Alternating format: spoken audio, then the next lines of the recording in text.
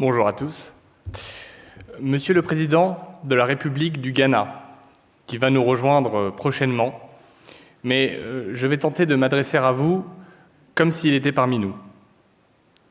Monsieur le ministre de l'Europe et des Affaires étrangères, Mesdames et Messieurs les ministres, Monsieur le Premier ministre, cher Alain Juppé, Monsieur le directeur général du musée du Quai Branly, Jacques Chirac, Madame la déléguée générale de la Fondation Orange, Monsieur le président de la Fondation Culture et Diversité, cher professeur Gentilini, cher lauréat du prix Chirac pour la prévention des conflits et du prix Culture pour la paix, chers amis du président et de la Fondation Chirac. Comme vous pouvez facilement l'imaginer, prendre la parole devant vous aujourd'hui, dans un musée qui porte le nom de mon grand-père et un amphithéâtre qui porte celui de l'un des plus grands savants français, Claude Lévi-Strauss, n'a rien d'une évidence pour moi. Vous comprendrez donc mon émotion.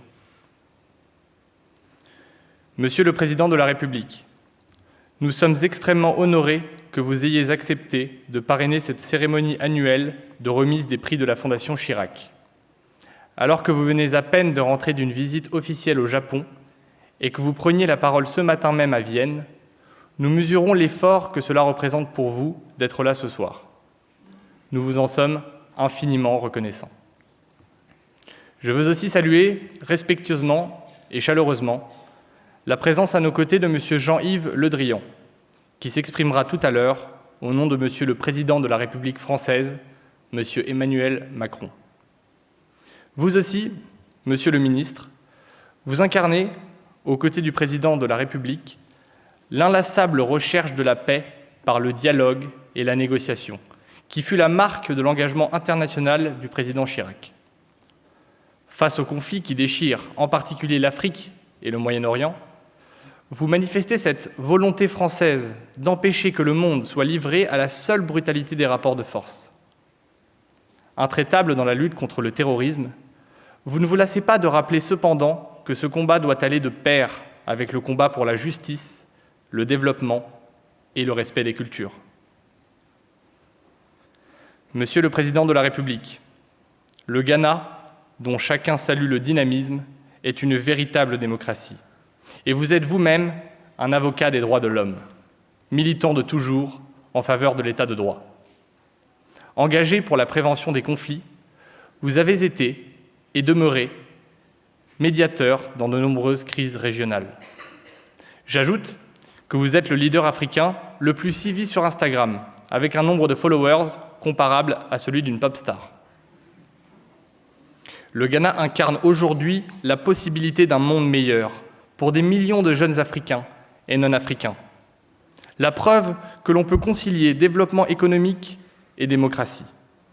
Pour ma génération, c'est tellement important, en Afrique comme en Europe et ailleurs dans le monde, et ici même, en France. C'est pour cela qu'à titre personnel, je suis très heureux que vous ayez accepté de remettre le prix Chirac pour la prévention des conflits. Permettez-moi, au nom de mon grand-père, qui avait pour lui tant d'estime, d'associer à ce moment la mémoire de M. Kofi Annan, dont la vie aura été consacrée au service de la paix. Cette année, la Fondation fête son 10e anniversaire. Nos lauréats incarnent l'aspiration à un monde de justice, de dialogue et de paix qui a été au centre de l'action d'homme d'État du président Chirac. Madame Dissa Nayake se bat pour la réconciliation, la justice, la démocratie et la protection des droits de l'homme afin d'instaurer une paix durable au Sri Lanka. L'atelier des artistes en exil accueille des artistes de toutes disciplines et de toutes origines, réfugiés en France, afin qu'ils puissent se reconstruire et continuer à exercer leur art. Dans des sociétés de plus en plus tentées par le repli sur soi, leurs actions sont nécessaires, leurs voix dérangent. Leurs rôles doivent être chaque jour encouragés. S'ils se taisent, ce sont des lumières qui s'éteignent. Nous n'avons d'autre ambition que de poursuivre le chemin tracé par Jacques Chirac. Je sais qu'il est triste de ne pas être présent, mais heureux de voir que la force de ce message parvient encore à mobiliser.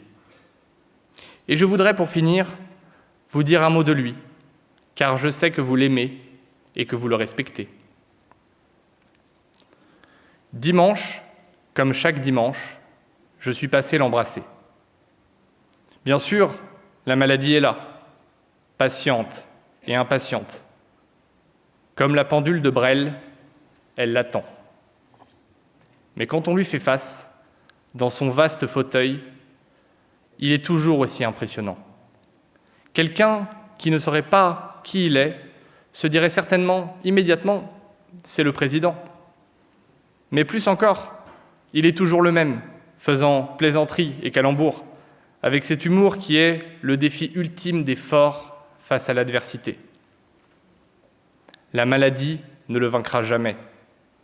Elle ne vaincra jamais ni la prestance de son absolue dignité, ni son humanité.